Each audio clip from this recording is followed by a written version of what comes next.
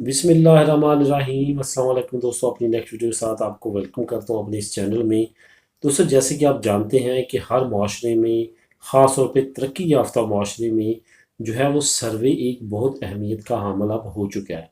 सर्वे क्या होता है? सर्वे ये होता है कि टोटल पॉपुलेशन में से कुछ परसेंटेज निकाल के रफ परसेंटेज उनसे पूछा जाता है, कोई ना कोई सवाल या जवाब उनकी रेशो निकाल के पूरी पॉपुलेशन पे डाली जाती है और वो रिज़ल्ट लेने की कोशिश की जाती है कि क्या रिज़ल्ट निकलेंगे। इसी तरह के सर्वे जो हैं वो अमूमन टेलीविज़न करवाते रहते हैं। इसके साथ साथ मुख्तलिफ स्टैटिक्स इदारे हैं जो डिपार्टमेंट्स हैं वो भी करवाते रहते हैं ताकि लोगों की राय आमा का पता चल सके।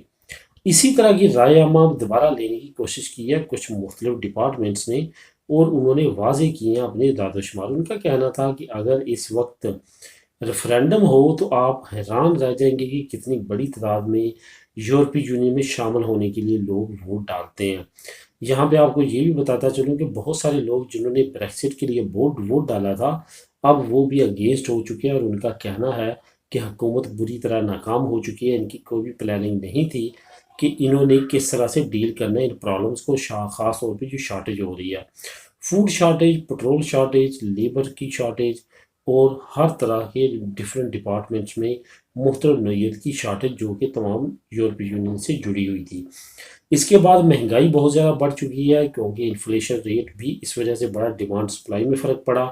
इसके साथ साथ यूरोपीय यूनियन से आमद के लिए मज़ीद टैक्सेस डाले गए क्योंकि अब यूके ब्रेक्सिट होने के बाद यूरोपीय यूनियन का मेंबर कंट्री नहीं रहा, जिसकी वजह से अब टैक्स फ्री कंट्री नहीं है, यूरोपीय यूनियन से बाहर का कंट्री है। इस वजह से जैसे कि प्रोडक्ट बाहर जाएगी तो उस पर अच्छा खासा टैक्स देना पड़ेगा। यही वजह है कि अब यूके में इन्फ्लेशन रेट भी बढ़ा है और वहाँ पे महंगाई का लेवल भी बढ़ा है।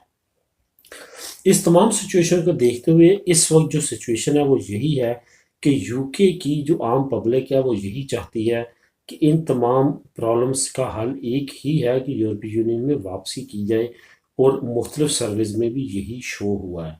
अब देखते हैं कितने अरसे बाद, लेकिन ये बात कंफर्म है कि बहुत जल्दी इसके चांसेस नहीं है। कुछ अर्सा गुजरेगा, उसमें साल भी हो सकते हैं। उसके बाद हुकूमत जो यूके की है अगर यही रहती है तो थोड़ी सी चांसेस कम है, अगर तब्दील होती है तो बहुत ज़्यादा चांसेस हैं कि यूके दोबारा से यूरोपीय यूनियन का मेंबर कंट्री बने और दोबारा से उसी तरह आमदोरफ्त जारी हो जिस तरह पहले थी।